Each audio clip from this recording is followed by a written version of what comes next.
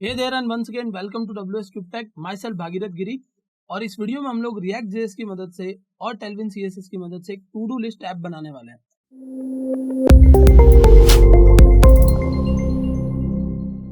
So guys, जो to do list हम लोग बनाने वाले हैं या टू डू लिस्ट ऐप जो हम लोग बनाने वाले हैं उसकी UI आपको पीछे स्क्रीन पर दिख रही होगी। कुछ इसी टाइप से हम लोग बनाएंगे और यहाँ यूजर अपना जो भी डेटा होगा वो एंटर करेगा और प्लस पे क्लिक करेगा तो वो इस लिस्ट में ऐड हो जाएगा। एंड यूजर अपने काम को करने के बाद यहाँ से इसको चेक या अनचेक भी कर सकता है, मतलब स्ट्राइक थ्रू भी लगा सकता है और फाइनली उसको डिलीट भी कर सकता है। तो कुछ इस टाइप की UI हम लोग बनाने वाले हैं और इसको कम्प्लीटली फंक्शनल बनाएंगे हम लोग। तो चलिए शुरू करते हैं। और मैंने जो बेसिक चीजें हैं वो बना रखी है, जैसे कि मैंने यहाँ पर टेलविन CSS को ऑलरेडी सेटअप कर लिया है। और अब टेलविन CSS की मदद से हम सबसे पहले यहाँ पर एक डिव बनाते हैं और उस डिव को हम देंगे बैकग्राउंड कलर ब्लैक। ठीक है, तो BG यहाँ पर ब्लैक दे देते हैं। ओके, तो कुछ इस टाइप से हम लोगों को ये दिखेगा और इसकी हाइट हम दे देते हैं स्क्रीन, तो फुल स्क्रीन पर ये हम लोगों को दिखने लग जाएगा। और इसको हम यहाँ से दे देते हैं एक बार के लिए पैडिंग समथिंग।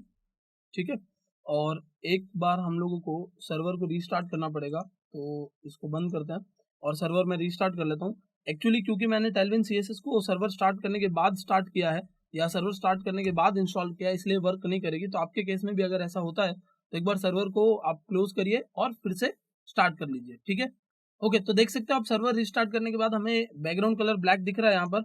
और नेक्स्ट हम लोग क्या करेंगे, तो नेक्स्ट हम एक और डिव बना लेंगे और इस डिव के अंदर मैं यहाँ पर लगाऊंगा मैक्सिमम विड्थ। तो maximum width that is 750 px। ठीक है, हम लोगों ने 750 px दी है और मिनिमम हाइट इसकी ले लेते हैं हम लोग, minimum height and that will be around 750 px। ठीक है, विड्थ और हाइट हमने कुछ इस तरीके से ले ली है और हम यहाँ शेडो लगा देते हैं एंड शेडो ऑफ एक्सेल। ठीक है, तो कुछ इस टाइप से आपको एक आउटपुट दिखेगा यहाँ पर। ये हम लोगों ने मिनिमम विड्थ लगा ली है और मिनिमम इसकी हाइट हो गई। एक बार चेक करते हैं, राइट क्लिक करके इंस्पेक्ट कर लेते हैं और ये हमारा पूरा बॉक्स है। अब देखिए यहाँ इसकी शैडो हमें इसलिए नहीं दिख रही बिकॉज इसका बैकग्राउंड कलर हम लोगों ने वाइट नहीं किया है। तो जैसे हम लोग इसका बैकग्राउंड कलर चेंज करेंगे और अब यहाँ पर आ जाते हैं shadow is and to Excel लिख देता हूँ मैं। ठीक है, या एक बार देखते हैं शैडो हम लोगों की जो लग रही है। तो यहाँ पर बहुत छोटी सी आपको शैडो दिखेगी। थोड़ी सी शैडो को हम लोग बड़ा करने के लिए 2XL लिख लेते हैं, तो थोड़ी सी बड़ी शैडो यहाँ आ जाएगी और इसको हम एग्जैक्ट सेंटर में लेके आ जाएंगे। तो एग्जैक्ट सेंटर में लाने के लिए मैं क्या करूंगा, मैं सिंपली लिखूंगा MX ऑटो और इसकी हाइट को थोड़ा सा हम लोग छोटा कर लेते हैं 550। तो कुछ इस टाइप का आपको एक बॉक्स दिख रहा है। और अगर आपको टेलविन CSS बिल्कुल भी नहीं आती है, टेलविन CSS में बिल्कुल नए हैं आप, तो हमारे YouTube चैनल पर एक कंप्लीट टेलविन CSS की प्लेलिस्ट चल रही है, तो वहां से आप जाकर टेलविन CSS सीख सकते हैं। क्योंकि टेलविन CSS आज के टाइम में बहुत ज्यादा यूज होती है और आप देख भी पा रहे होंगे कि टेलविन CSS से हम लोग कितना कन्वीनियंटली कोड लिख पा रहे हैं। तो अब जैसे मुझे यहाँ पर बॉर्डर रेडियस देना है तो मैं यहाँ सिंपली राउंडेड लगा दूंगा और यहाँ पर बॉर्डर रेडियस आ जाएगा। ओके, अब इसको दो हिस्सों में बांटना है हमें। ये तो हम लोगों की बेसिक UI हो गई। अब इसका जो पहला हिस्सा होगा वो क्या होगा, वो हमारा इनपुट होगा, मतलब कुछ इस टाइप से दिखेगा। और दूसरा हिस्सा जो होगा हमारा टू डू बॉक्स होगा। ठीक है, तो हम लोग एक कंपोनेंट बनाएंगे, यहाँ पर न्यू फोल्डर ले लेते हैं और कंपोनेंट्स इसको मैं नाम दे देता हूँ। ठीक है, कंपोनेंट्स में हम लोग एक फाइल बनाएंगे जिसका नाम हम लोग रख देते हैं सपोज इनपुट कंपोनेंट है हमारा, तो input.jsx। ठीक है, ये जावास्क्रिप्ट का XML कंपोनेंट है, मतलब हमारा JSX कंपोनेंट है और इसको एक फंक्शनल कंपोनेंट में बनाऊंगा। तो मैंने RFC लिखकर एंटर प्रेस किया है और ये मेरा एक फंक्शनल कंपोनेंट बन गया और इसको हम लोग सिंपली क्या करेंगे, यहाँ इंपोर्ट कर लेंगे। ठीक है, तो हमने कंपोनेंट्स में से यहाँ इनपुट वाले कंपोनेंट को कॉल करवा दिया। गाइज, इस ऐप को बनाने के लिए आपको बेसिक जो रिएक्ट है वो अच्छे से आनी चाहिए कि कैसे फंक्शनल कंपोनेंट बनता है, कैसे यहाँ इंपोर्ट हो रहा है, ये सारा फ्लो आपको अच्छे से आना चाहिए सो दैट आप इस चीज को अच्छे से समझ पाओ कि कैसे वर्क कर रही है। अब अगर हम लोग यहाँ चल के देखते हैं तो यहाँ ऊपर आप देख सकते हो इनपुट लिखा हुआ दिख रहा है। अब मुझे क्या करना है, तो मुझे इस डिव के अंदर एक चाहिए मेरा इनपुट बॉक्स और दूसरा हमें क्या चाहिए, एक बटन चाहिए। ठीक है, तो बटन के लिए मैं सिंपली डिव यूज करने वाला हूँ और ये मेरा इनपुट बॉक्स है, ये मेरा एक बटन है जिसमें मैं फिलहाल प्लस लिख देता हूँ। ओके, तो ये कुछ इस तरीके से दिखेगा, ये आपका इनपुट और ये आपका प्लस। ओके, अब इनपुट को हम लोगों को क्या करना है, कुछ इस टाइप का दिखाना है। तो हम सिंपली यहाँ पर आएंगे और कुछ क्लासेस लगाएंगे, जैसे मैंने लगा दिया पैडिंग। ठीक है, फिर मैंने यहाँ लगा दी बॉर्डर। तो बॉर्डर हम लोगों को कैसी चाहिए, तो बॉर्डर हमें चाहिए कुछ इस टाइप की, ठीक है। तो यहाँ पर कुछ इस टाइप की आपको एक बॉर्डर दिख रही होगी, ओके। एंड नेक्स्ट हम लोग क्या करने वाले हैं, नेक्स्ट हम इसको देने वाले हैं विड्थ और बॉर्डर लगा देता हूँ मैं। तो कुछ इस टाइप से आपको बॉर्डर दिख रही है। ये बॉर्डर वाली जो क्लास है वो बॉर्डर लगाने के लिए, और ये वाली जो क्लास है वो बॉर्डर का कलर देने के लिए, ठीक है। और इसको हम लोग दे देते हैं विड्थ फुल, ठीक है। तो ये पूरा स्क्रीन कवर कर लेगा। इसका जो पेरेंट डिव है उसको मैं यहाँ से क्लास दे देता हूँ P3, मतलब पैडिंग आ गई कुछ इस टाइप से। और इसके फोकस होने पर इसके आउटलाइन को नन करना है हमें। तो हम यहाँ लिखेंगे फोकस कॉलन और आउटलाइन नन, ठीक है। सो दैट जब यूजर उस पर फोकस करे तो हमारा जो आउटलाइन है वो कुछ भी नहीं आना चाहिए। तो अब आप देख सकते हो कि यहाँ कोई आउटलाइन नहीं आ रही है। और अगर इस टेक्स्ट को हमें थोड़ा सा चेंज करना है, या हम इसके अंदर एक प्लेस होल्डर लगा लेते हैं। तो मैंने इधर लिख दिया प्लेस होल्डर एट्रीब्यूट, और यहाँ हमने लिख दिया एंटर डेटा हियर, ठीक है। यहाँ पर डेटा एंटर करना है, ओके। तो अब आप देख सकते हो एंटर डेटा हियर ये लिखा हुआ है। और हमें अब इस पेरेंट डिव को यहाँ से देना होगा फ्लेक्स। जैसे हम फ्लेक्स देंगे तो एक डिव इस तरफ आ जाएगी, यानी हमारा इनपुट एक तरफ आ जाएगा और एक तरफ हमारा क्या आ जाएगा, डिव आ जाएगी। सिमिलरली हम लोग यहाँ पर देंगे जस्टिफाई बिटवीन, ताकि इनके बीच में थोड़ा सा स्पेस आ जाए। अभी ऑल्दो स्पेस नहीं आ रहा है बिकॉज मैंने यहाँ क्या कर रखा है, मैंने यहाँ पर विड्थ फुल लगा रखी है। तो विड्थ फुल हटा देता हूँ मैं। तो कुछ इस टाइप से ये आपको दिखेगा। और विड्थ फुल ना रखकर मैं क्या करूंगा, इसकी विड्थ को रखूंगा अबाउट 90%, ठीक है। तो 90% इसकी विड्थ रहेगी। और ये जो प्लस आपको दिख रहा है, अभी हम प्लस नहीं रखने वाले, अभी हम इसको कुछ इस टाइप का बनाएंगे। और हम रिएक्ट आइकन्स नाम की एक लाइब्रेरी को यूज करेंगे ये प्लस का आइकन लगाने के लिए, ठीक है। तो नेक्स्ट हम लोगों को क्या करना है, तो नेक्स्ट हमको यहाँ पर आना है और इसको हम एक विड्थ दे देते हैं सपोज 50px, और इसको हाइट भी हम दे देते हैं 50px। तो इसकी विड्थ और हाइट जो आपका बॉक्स है उसकी कितनी हो गई 50px। और इसका जो बैकग्राउंड है वो बैकग्राउंड मैं यहाँ से ले लेता हूँ जो हमने यहाँ ऑलरेडी लगा रखा है। तो सिंपली राइट क्लिक इंस्पेक्ट, और आप यहाँ से इसका बैकग्राउंड ले सकते हैं जो भी कलर लगा हुआ है। तो कुछ इस टाइप से ये बैकग्राउंड कलर लगा हुआ है। अगर हम इसकी स्टाइल्स में जाते हैं, या मैं इसी कोड को देख लेता हूँ, तो देखिए ये बैकग्राउंड कलर जो है हमारा हैज E7 जो लिखा हुआ है वो लगा हुआ है यहाँ पर। तो हम सिंपली इस कलर को उठाएंगे यहाँ से और क्या करने वाले हैं, यहाँ पर लगाने वाले हैं सेम कलर को, ठीक है। तो आप देख सकते हो ये बैकग्राउंड आ चुका है। इसके टेक्स्ट को हमें कैसे दिखाना है, तो टेक्स्ट को व्हाइट दिखाना है हमें, तो टेक्स्ट इज व्हाइट, ठीक है। टेक्स्ट व्हाइट दिखाना है। सिमिलरली हम लोगों को टेक्स्ट की साइज अगर बड़ी रखनी है, तो क्योंकि अभी हमने फिलहाल टेक्स्ट रखा हुआ है तो हम लोग इसकी टेक्स्ट की साइज बड़ी कर रहे हैं। बट जैसे मैंने आपको बताया हम यहाँ एक आइकन लगाने वाले हैं। देन हम क्या करेंगे, हम यहाँ लिखेंगे राउंडेड टू 50%, ठीक है। तो बॉर्डर रेडियस 50% देते ही ये कंप्लीट एक सर्कल बन जाएगा कुछ इस टाइप का, और ये प्लस आपका यहाँ लिखा हुआ है। नेक्स्ट हम लोग क्या करने वाले हैं, नेक्स्ट हम यहाँ पर आएंगे और इसको भी फ्लेक्स बना देंगे, ठीक है। तो जैसे इसको फ्लेक्स बनाएंगे हमारे पास एक ऑप्शन होगा कि हम जस्टिफाई सेंटर और आइटम सेंटर कुछ इस टाइप से दो चीजें लगा सकते हैं, ठीक है। तो जस्टिफाई सेंटर मैंने लगा दिया और मैं यहाँ एक क्लास लगा देता हूँ आइटम्स सेंटर, ठीक है। तो अब इससे क्या होने वाला है, इससे ये एग्जैक्ट सेंटर में दिखेगा। अभी आपको नहीं दिख रहा है बिकॉज ये टेक्स्ट है, लेकिन जैसे ही हम लोग यहाँ एक आइकन लगाएंगे तो वो आपको दिखने लग जाएगा। तो चलिए आइकन लगाने के लिए हम लोग चलते हैं रिएक्ट आइकन पर, ठीक है। रिएक्ट आइकन्स एक ऐसी लाइब्रेरी है जिसमें आपको सारे आइकन्स मिल जाते हैं। आपको सिंपली क्या करना होता है, इस कोड को चलाना है और इंस्टॉल करना है रिएक्ट आइकन्स को। बट इंस्टॉल करते टाइम हमें एक चीज ध्यान रखनी पड़ेगी, वो ये होगी कि हम इसको फोर्सफुली इंस्टॉल करें, ठीक है। तो फोर्सफुली इंस्टॉल करने के लिए आप क्या करोगे, हाइफन सेव को हटाकर फोर्स लिख दोगे, क्योंकि hyphen save is a default thing, वो हमें लगाने की जरूरत नहीं है। हमने क्या कर दिया, हाइफन फोर्स कर दिया, मतलब फोर्सफुली इसको इंस्टॉल करवाया हमने। और अब जहां हमें ये चाहिए, जैसे मैं आपको रिएक्ट आइकन पे लेके जाता हूँ और यहाँ मैं लिखता हूँ प्लस। तो रिएक्ट आइकन क्या करता है, बहुत सारी लाइब्रेरीज का एक मिक्सचर है। तो अगर आप देखोगे कि फॉन्ट ऑसम भी है, गेम आइकन्स भी है, हेरोइक आइकन्स भी है, टेबल आइकन्स भी है, बहुत सारे आइकन्स यहाँ पर अवेलेबल है। और मैं इस प्लस को यूज करूंगा जिसका नाम है AI आउटलाइन प्लस, ठीक है। AI आउटलाइन प्लस को मैं यूज करने वाला हूँ। तो मुझे क्या लिखना होगा, मुझे यहाँ लिखना होगा import AI outline plus from react icons /AI, ठीक है। AI नाम से हमारी क्या है, एक लाइब्रेरी है, और उस लाइब्रेरी के अंदर से हम इसको इंपोर्ट कर रहे हैं।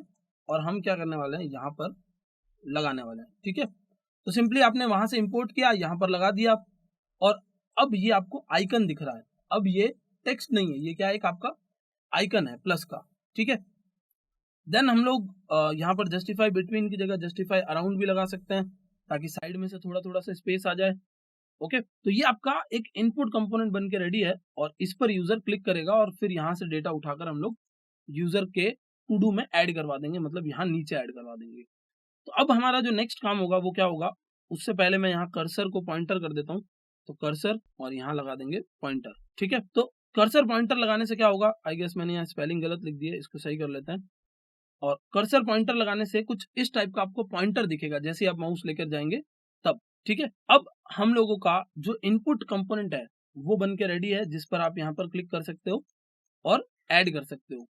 नेक्स्ट हमें क्या करना है, नेक्स्ट हमें एक और कंपोनेंट बनाना है, जो कि होगा हमारा जो बॉक्स है वो। ठीक है, मतलब जिसमें हमारा टू डू जाने वाला है, वो वाला बॉक्स हमें बनाना है। तो ये हमारा एक फंक्शनल कंपोनेंट होगा, जैसे सिमिलरली सारे कंपोनेंट्स हमने बनाए हैं, और उस कंपोनेंट को हम लोग यहाँ इंपोर्ट भी कर लेंगे। ठीक है, तो अभी आपको बॉक्स लिखा हुआ दिख रहा है, हम कुछ बेसिक चीजें लगाएंगे बॉक्स के अंदर, जैसे हम लोगों ने यहाँ लगाई थी इनपुट में।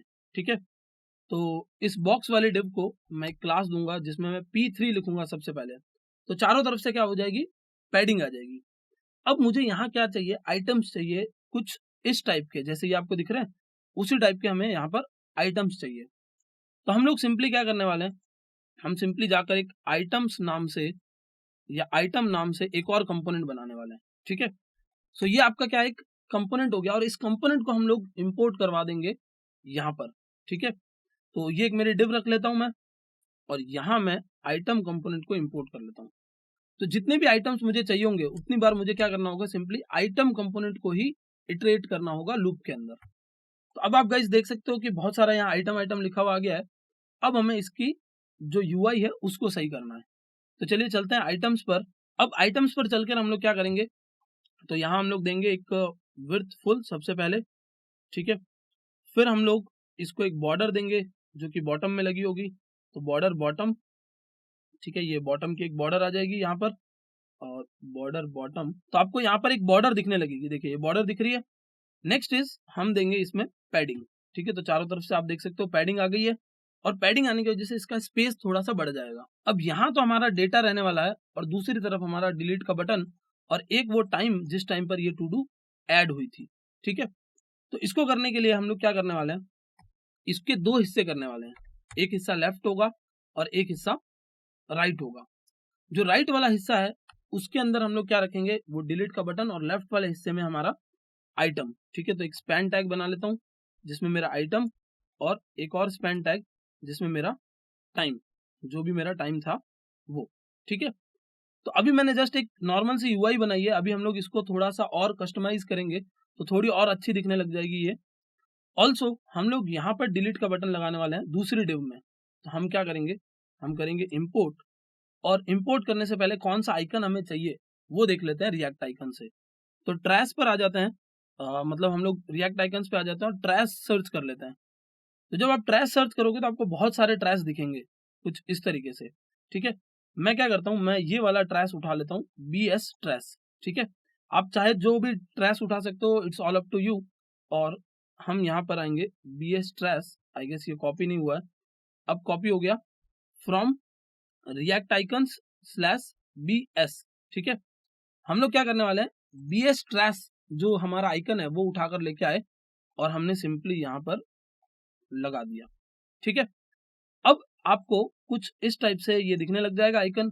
अभी हमने इस पे यूआई पे कोई काम नहीं किया हुआ है, अब हम यूआई पर काम करना शुरू करेंगे। और जैसे मैंने आपको बताया एक लेफ्ट डिव है और एक राइट डिव है, तो मैं सिंपली पेरेंट को आकर दूंगा फ्लेक्स और जस्टिफाई बिटवीन, तो एक इधर चला जाएगा और एक इधर चला जाएगा। सेकेंड हम लोग क्या करने वाले हैं, तो सेकेंड हम लोग यहाँ पर देंगे क्लास पैडिंग, और पैडिंग फ्रॉम लेफ्ट या पैडिंग फ्रॉम राइट, तो थोड़ा सा आपको इनके बीच में गैप दिखने लगेगा। ठीक है, इसके बाद ये जो 10 AM ये जो लिखा हुआ है आपका टेक्स्ट, इस टेक्स्ट को आपको क्या करना है, तो इस टेक्स्ट को आपको थोड़ा सा छोटा कर देना है। मतलब मैं जो नॉर्मल टेक्स्ट है उससे इसको छोटा रखना चाहता हूँ, तो मैंने कस्टम यहाँ पर दे दिया टेक्स्ट 10px, और 10px आई गेस बहुत छोटा हो गया, तो 14px दे देते हैं। तो अब आप देख सकते हो 14 पिक्सल्स हो गया ये। नेक्स्ट हम लोग इसको टेक्स्ट स्लेट मतलब एक थोड़ा सा हम लोग लाइट कलर इसको रखेंगे, तो कुछ इस टाइप से ये दिखेगा। ओके, ये आपका मेन टू डू है और ये आपका क्या है, बाकी का टेक्स्ट है, और ये आपका डिलीट का बटन है। डिलीट का बटन भी मुझे सेम उसी टाइप का चाहिए, रेड कलर का। तो मैं सिंपली क्या करूंगा, मैं हमारे इनपुट पर जाऊंगा, जो भी हमारा इनपुट था उस पर जाकर मैं इस कलर कोड को कॉपी कर लेता हूँ, एंड हम आइटम पर जाएंगे और यहाँ पर जहाँ हम लोगों का ट्रैश है वहाँ पर क्लास दे देंगे। हम इसको भी दे सकते हैं या हम इसे भी दे सकते हैं, जो हमारा आइकन है उसको भी हम क्लास दे सकते हैं, क्लास एंड टेक्स्ट, और इस कलर का मुझे क्या दिखाना है, टेक्स्ट दिखाना है। ठीक है, तो अब आप देख सकते हो ये जो कलर हमने लगाया है उसकी वजह से कुछ ऐसा टेक्स्ट आपको दिख रहा है, और ये आपका टू डू हो सकता है जिसमें आप कुछ भी लिख सकते हो, जैसे अभी हमने सिर्फ आइटम आइटम लिख रखा है। नेक्स्ट हमें क्या करना है, जो आइटम वाला कंपोनेंट है उसमें जाकर अब हम थोड़ी सी फंक्शनैलिटी पर आ रहे हैं। अब तक हमने सिंपली क्या बनाया है, अब तक हम लोगों ने सिंपली यहाँ पर एक यूआई बनाई है। अब हम पहली फंक्शनैलिटी लगाएंगे जिसमें यूजर इसको क्लिक करके टोगल कर सकता है। तो हम आइटम में जाएंगे और आइटम में जाकर हम लोग यहाँ पर लगाएंगे कांस्टेंट टोगल, एंड या हम लोग कर देते हैं डन और सेट डन। ठीक है, डन पहले से यूज स्टेट की मदद से क्या रहने वाला है, फॉल्स रहने वाला है, मतलब पहले से this task is not done. ठीक है, अब डन कब होगा, जब इस डिव पर यूजर क्लिक करेगा। तो मैं यहां पर भी कर्सर पॉइंटर कर देता हूं। ठीक है, तो अब जब यूजर इस पर क्लिक करेगा तो क्या होना चाहिए, तो ये डन हो जाना चाहिए। ओके, तो हम यहां लगाएंगे on click, simply what to do, एक फंक्शन कॉल करना है, और उस फंक्शन के अंदर हमें क्या करवाना है, उसमें करवाना है हमें set done that is not of done. ठीक है, तो अगर डन ट्रू है तो फॉल्स हो जाए, फॉल्स है तो ट्रू हो जाए। तो अभी बाय डिफॉल्ट डन क्या है, फॉल्स है। जब यूजर क्लिक करेगा तो क्या हो जाएगा, ट्रू हो जाएगा। एक बार चेक कर लेते हैं, हमने बोला on click not of done, ये पहले से फॉल्स है। ओके, ये स्टेट तो चेंज हो रहा है बट हमने इसके रिलेटेड कोई फंक्शनैलिटी नहीं लगाई अभी। तो हम एक क्लास और लगा देते हैं सिलेक्ट नन, ताकि जब मैं डबल क्लिक करूं, बार बार क्लिक करूं, तो ये सिलेक्ट ना हो जाए। ठीक है, यूजर सिलेक्ट नन नाम से जो हमारी CSS प्रॉपर्टी होती है उसको लगाने के लिए हम लोग यहाँ पर सिलेक्ट नन लगाते हैं। ठीक है, अब हम फंक्शनैलिटी ऐड करना शुरू करें अगर, तो मैं सबसे पहले इसको कन्वर्ट कर देता हूँ एक टेम्पलेट लिटरल के अंदर, सो दैट मैं इसके बीच में जावास्क्रिप्ट का कोड लिख सकूँ। ठीक है, अब मैं इसके बीच में जावास्क्रिप्ट का कोड लिखूंगा और मैं लिखूंगा if done is equal to true. ठीक है, if done is what, if done is true, तो हमें क्या करना है, हमें लाइन थ्रू नाम की एक क्लास लगवानी है। ठीक है, एंड इफ नॉट तो हमें इसको एम्प्टी रखना है। ये हमने एक टर्नरी कंडीशन दी है जो क्या पूछ रही है, जो बता रही है कि इफ डन इज ट्रू तो लाइन थ्रू वाली क्लास लगेगी, और वरना क्या लगेगा, वरना सिंपली ये ब्लैंक लग जाएगा। ठीक है, सो लेट्स चेक, और आई गेस मैंने यहाँ पर कोई क्लास चेंज कर दिया है। ओके, इसको बस हमें जस्ट ऊपर लेना है, तो ये वापस से हमारी क्लासेस सही हो जाएगी। User select none, cursor pointer, इसकी विड्थ को भी सही कर लेते हैं। ये छोटे छोटे से कुछ गैप आने की वजह से ये हमारे यूआई थोड़ी सी चेंज हो गई थी, बट इसको सही कर लेते हैं। ठीक है, तो अब आप देख सकते हो पहले से डन जो है वो फॉल्स है, जैसे यूजर ने क्लिक किया तो डन हो गया, वापस यूजर क्लिक करेगा तो अनडन हो जाएगा। ओके, और कुछ इस टाइप से ये आपकी इस पर्टिकुलर चीज की यूआई वर्क करना शुरू हो गई। अब मैंने जैसे यहाँ पर लगाया था टेक्स्ट, वैसे ही मैं क्या करता हूँ, मैं यहाँ थोड़ा सा बड़ा टेक्स्ट रख लेता हूँ। ठीक है, तो जो हमारा टू डू होगा वो कंपैरेटिवली थोड़ा सा बड़ा दिखना चाहिए, और जो हमारा टाइम है वो छोटा दिखना चाहिए। ठीक है, अब नेक्स्ट हम लोग क्या करने वाले हैं, तो नेक्स्ट क्योंकि मैंने यहाँ पर फ्लेक्स लगाया है तो मैं यहाँ एक और क्लास लगा दूंगा जिसका नाम होगा आइटम्स बिटवीन। ठीक है, सॉरी आइटम्स सेंटर, ताकि सारे के सारे आइटम्स एक ही लाइन से सेंटर में आ जाए। ओके, तो अब आप देख सकते हो कुछ इस तरीके से लाइन थ्रू दिखा रहा है, और ये इसका मतलब है कि ये एक पर्टिकुलर चीज कट हो चुकी है। हम चाहें तो लाइन थ्रू को यहाँ ना लगाकर हम क्या कर सकते हैं, इधर से हटा देता हूँ मैं, इसको मैं यहाँ लगा देता हूँ हमारे इस आइटम के ऊपर ही। ठीक है, तो यहाँ हमें बैकटिक से एक टेम्पलेट लिटरल बनाना पड़ेगा। सिंपली हमें उसको कुछ इस तरीके से करना पड़ेगा कि हम इसके अंदर जावास्क्रिप्ट का कोड लिख सकें।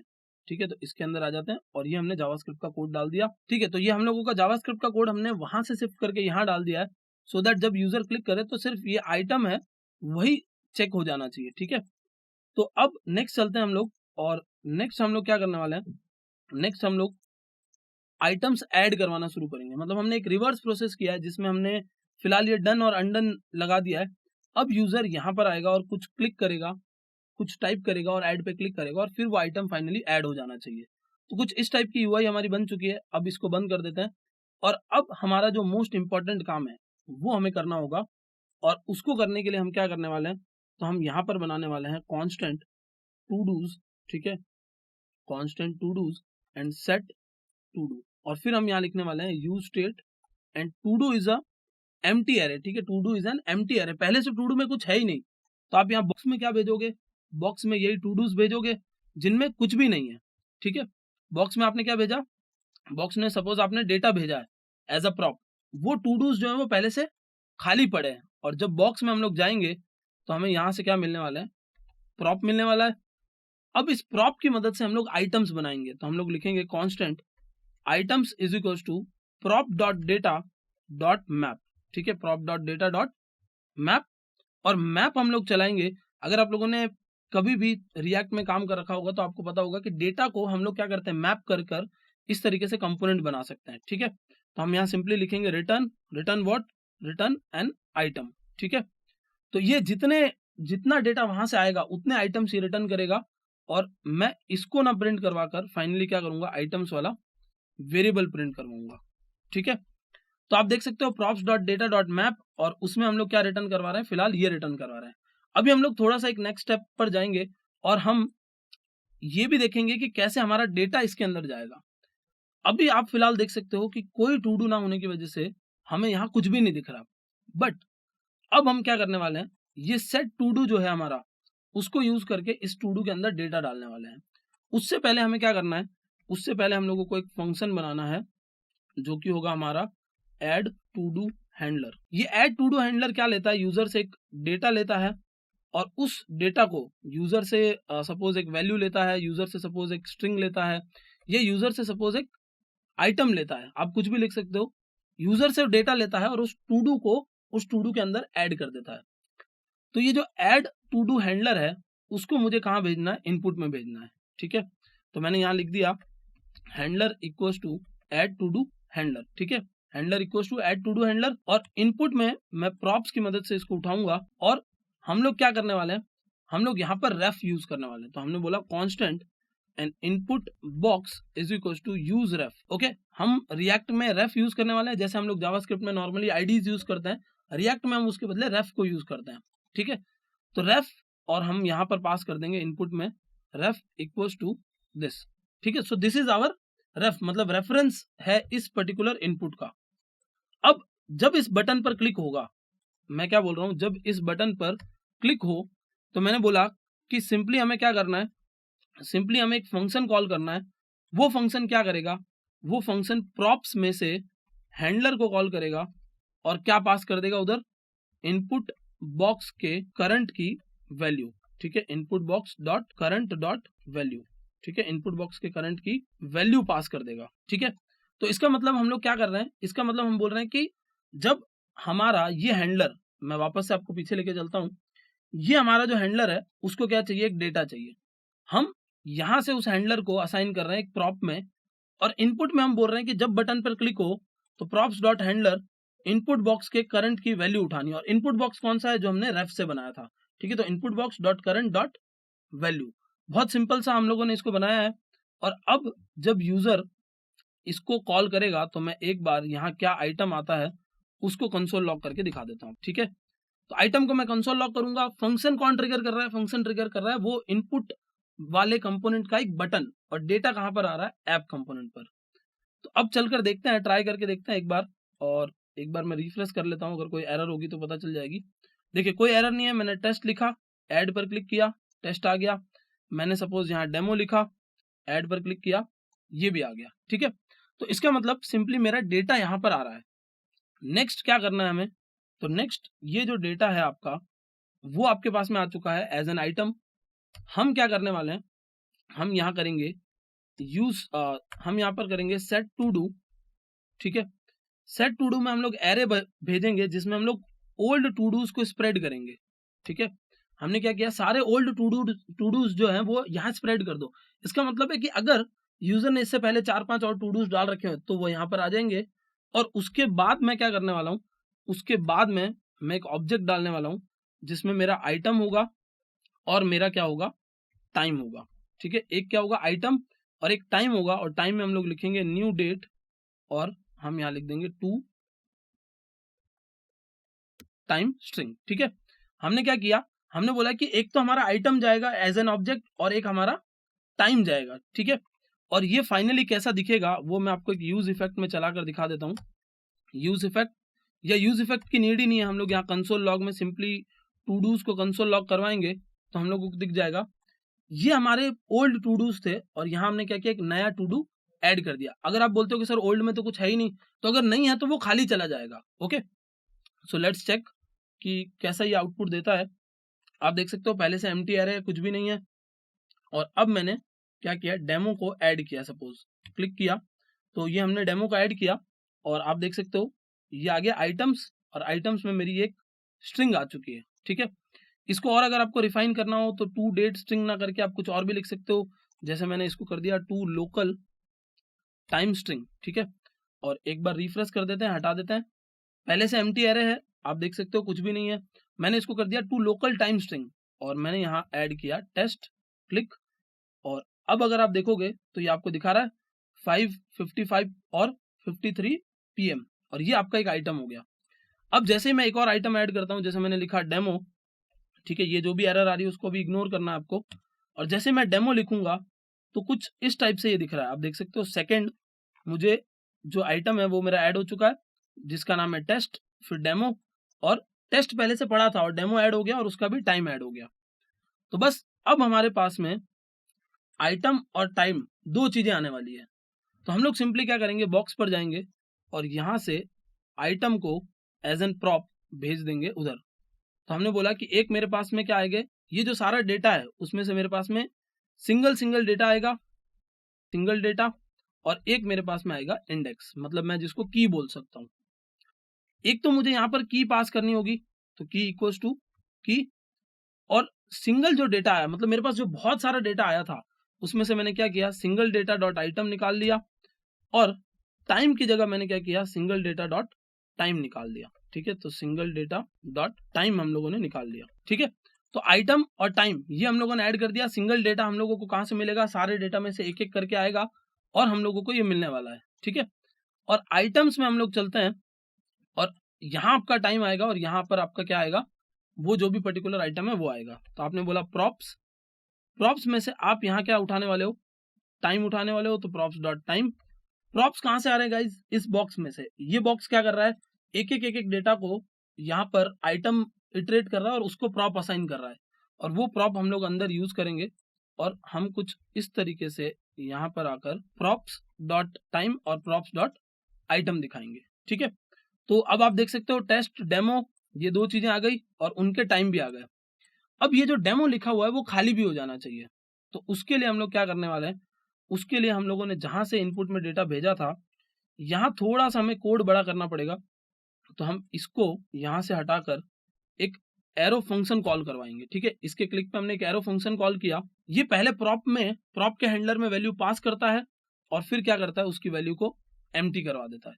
तो पहले प्रॉप के हैंडलर में वैल्यू पास होने के बाद उस वैल्यू को हमने एम्प्टी करवा दिया और हमने ऑन क्लिक पे एक फंक्शन कॉल कर दिया। आप चाहो तो इसका एक अलग फंक्शन भी बना सकते हो ऊपर जो इस काम को करवा दे, बट हमने फिलहाल इसको ऐसे ही रखा हुआ है। और नेक्स्ट चलते हैं हम लोग। तो अब देखना, आप जैसे ही मैं ऐड करता हूँ कि मुझे एक टू डू में क्या करना है, तो रीड बुक्स, और मैंने ऐड किया, वहां से खाली हो गया और यहाँ पर आ गया। फिर मैंने सपोज बोला कि प्ले गेम, ठीक है, ये मेरा एक टू डू है और मैंने यहाँ पर ऐड कर दिया। ठीक है, मेक वीडियोस, ये मैंने एक टू डू में ऐड कर दिया। तो आप देखते जा रहे हो जैसे जैसे मैं ऐड कर रहा हूँ यहाँ पर ये मुझे टाइम के साथ साथ में ऐड करके दिखा रहा है, और जिसको मैं चेक करना चाहता हूँ वो चेक भी हो जा रहा है। ठीक है, तो अब नेक्स्ट हम लोग क्या करने वाले हैं, नेक्स्ट हमें इसको डिलीट करने के लिए सोचना है कि डिलीट कैसे होगा। तो गाइज इसके लिए आपको क्या करना है, ये जो आपने की उठाई थी यहाँ पर, ये की मतलब क्या है, इस की को मैं की ना बोलकर अगर इंडेक्स बोलूं तो ये उस डेटा का इंडेक्स है। ठीक है, हमें क्या बोलना है, हमें इसकी आईडी पास करनी है, मतलब जो इंडेक्स है वो क्या है, उसकी उस आइटम की आईडी है। अब जब डिलीट होगा मतलब जब यूजर डिलीट पे क्लिक करेगा तो हम लोगों को क्या करना है, हम लोगों को डिलीट करवाना है। किसको डिलीट करवाना है? हमें उस पर्टिकुलर को डिलीट करवाना है जिस पे क्लिक हुआ। तो अब इसके लिए वैसे हम लोग अगर यहाँ पर कॉन्टेक्स्ट एपीआई यूज करते तो थोड़ा और इजी रहता, बट मैंने बहुत बिगिनर लेवल का बनाया है। इसको मैं कॉन्टेक्स्ट एपीआई से भी एक अलग से बना दूंगा जिसमें हम लोग यही सारा काम कर रहे होंगे बट कॉन्टेक्स्ट एपीआई की मदद से। बट फिलहाल हमें क्या करना है, हमें इसको यहाँ से हटाना है। तो हम लोग यहाँ एक फंक्शन बनाएंगे और उसको अंदर पास करेंगे। मतलब कि पेरेंट में फंक्शन है, उसके चिल्ड्रन में गया और उसके चिल्ड्रन में गया। तो इसको ही इजी करने के लिए हम लोग रिडक्स या कॉन्टेक्स्ट को यूज कर सकते हैं। तो हम लोग कॉन्टेक्स्ट बाद में यूज करेंगे। अभी हम लोग बना देते हैं एक रिमूव टू डू। और रिमूव टू डू में मुझे क्या चाहिए, मुझे एक आईडी चाहिए कि किसको रिमूव करवाना है, ठीक है। या मुझे एक इंडेक्स चाहिए, मुझे एक आईडी चाहिए कि किसको रिमूव करवाना है। और जिसको भी रिमूव करवाना है वो हमें यहाँ तक मिल जाना चाहिए। रिमूव टू डू मैं यहाँ पर पहुंचा दूंगा। तो रिमूव हैंडलर मैं इसको बोल देता हूँ और रिमूव हैंडलर में मैंने ये फंक्शन पास कर दिया। अब रिमूव हैंडलर जो है वो किस में जाएगा, नॉट इनपुट सॉरी, ये यहाँ से इसमें जाएगा बॉक्स में। बॉक्स से वो फिर कहाँ जाएगा, आइटम में जाएगा। तो मुझे इसको थोड़ा सा अंदर तक पहुंचाना पड़ेगा। Remove handler is equal to props dot remove handler. तो गाइज हम लोगों ने क्या किया, हम लोगों ने यहाँ थोड़ा सा कॉम्प्लेक्स हो रहा है कि हमने ऐप से बॉक्स में भेजा, बॉक्स से हमने कहाँ भेजा, आइटम में भेजा, और फाइनली उसको कॉल कौन करेगा, ऑन क्लिक पे, और उसको कॉल ऑन क्लिक पे फाइनली आइटम करेगा, ठीक है। तो प्रॉप्स डॉट रिमूव हैंडलर और उसमें क्या चली जानी है, प्रॉप्स डॉट आईडी चले जाने वाली है, ठीक है। तो अगर आप बॉक्स पर आएंगे तो आप देखेंगे कि एक आईडी जो मैंने एज एन इंडेक्स दी थी, मतलब उस डेटा की इंडेक्स है, और वो मैंने क्या किया, वो मैंने अंदर पास किया और यहां से ये फंक्शन उसको कॉल करवा रहा है। तो फाइनली यहां से पेरेंट पे डेटा जाएगा और पेरेंट से इस पेरेंट पे डेटा जाएगा। तो थोड़ा सा बहुत एक लंबा पाथ हो गया जिसको हम लोग बाद में कॉन्टेक्स्ट से इजी कर लेंगे। और अब हमारे पास में फाइनली यहाँ पर क्या आ जाएगी, वो आईडी आ जाएगी। मैं आपको कंसोल लॉग करके बताता हूँ और अभी चेक करते हैं। ये बता रहा है प्रॉप्स नॉट डिफाइंड। ओके, मैंने प्रॉप्स की स्पेलिंग गलत लिख दी है, इसको सही कर लेते हैं, ठीक है। अब आप जब किसी पर क्लिक करोगे तो इसको हटा देते हैं यहाँ से, और एक मैंने कंसोल लॉग करवा रखा है वो भी हटा देते हैं। अननेसेसरी कोई भी कंसोल लॉग भी नहीं रखना है हमें, इसको भी हटा लेते हैं। अब देखिए जैसे मैं डिलीट कर रहा हूँ तो 0 1 2 3 4 जिसकी जो आईडीज है वो हमको यहाँ पर दिखा रहा है। इसका मतलब मुझे पता चल गया कि ये डेटा कौन से इंडेक्स पे एरे में पड़ा है। और जो मेरा टू डूज है वो क्या एक एरे है। तो अब मुझे पता चल गया कि कौन से इंडेक्स पे मेरा डेटा पड़ा है। तो मुझे फाइनली क्या करना है, मुझे यहाँ पर रिमूव टू डू करवाना है, ठीक है। तो आप यहाँ पर बनाएंगे कांस्टेंट न्यू टू डूज, ठीक है। न्यू टू डूज मतलब रिमूव होने के बाद वाले जो टू डूज हैं वो हम बना रहे हैं, और हम यहाँ लगाएंगे जो ओल्ड टू डूज है उस पर फिल्टर, ठीक है। फिल्टर क्या करता है गाइज, आपकी दी हुई कंडीशन पे, अगर आपकी दी हुई कंडीशन पे वो जो भी डेटा आ रहा है वो फुलफिल होता है या वो कंडीशन ट्रू होती है तो उसको आगे जाने देता है, वरना नहीं जाने देता है। तो हम क्या बोल रहे हैं कि हमें एक एक डेटा तो मिलेगा ही, बट हमें उसका इंडेक्स भी मिलने वाला है। और हम बोलेंगे कि if index is not equal to ID, अगर इंडेक्स और आईडी सेम ना हो तो हम क्या बोल रहे हैं यहाँ पर, रिटर्न ट्रू, ठीक है, रिटर्न ट्रू। तो हम बोल रहे हैं कि सिर्फ उसी को जाने देना है जिसकी इंडेक्स और आईडी मैच नहीं करती। जिसकी इंडेक्स और आईडी मैच करती है उसके लिए हम लोगों ने क्या बोला, रिटर्न फॉल्स। तो अब आपका फिल्टर क्या कर रहा है, अब आपका फिल्टर ये जो डेटा है उससे एक नया एरे बना रहा है, बट सिर्फ उन्हीं को अलाउड होगा जिनकी आईडी, जिनकी जिनके इंडेक्सेस मैच नहीं करेंगे। जिनके मैच करेंगे उन्हीं को अलाउड होगा, बाकी कोई नहीं जा सकता है। तो इस तरीके से आपको न्यू टू डूज मिल जाएंगे और आप सिंपली यहाँ पर क्या करोगे, set todos equals to new todos, ठीक है। तो अब जिस पर भी यूजर क्लिक करेगा, जैसे मैंने यहाँ पर एक ऐड किया टू डू वन, ठीक है, टू डू वन ऐड किया, फिर मैं एक ऐड करता हूँ टू डू टू, फिर मैं एक और ऐड करूंगा टू डू थ्री, सिमिलरली मैंने एक और ऐड कर दिया टू डू फोर। तो हमारे पास में 4 टू डूज आ गए। इनकी हमें क्या मिल रही है, यहाँ पर कंसोल में आईडीज मिल रही है। और ये इंडेक्स, एरे में क्या होता है, इंडेक्स होता है, वही इंडेक्स मुझे यहाँ मिला है। तो मैं बोल रहा हूँ कि अभी लूप में चलते हुए जो इंडेक्स मिला है और जो चल रहा है वो अगर मैच करता है तो क्या करना है, फॉल्स कर देना है, नहीं मैच करता तो ही ट्रू करना है, ठीक है। तो देखिए जिसको मैं डिलीट कर रहा हूँ वो यहाँ से चला जा रहा है, ठीक है। जिसको भी हम लोग डिलीट कर रहे हैं वो यहाँ से सिंपली हट गया। जिस जिसकी हमें आईडीज मिली थी या जिस जिसका इंडेक्स मिला था वो सिंपली यहाँ से क्या हो रहा है, हट जा रहा है। जैसे मैं डिलीट कर रहा हूँ, देखो हट गया।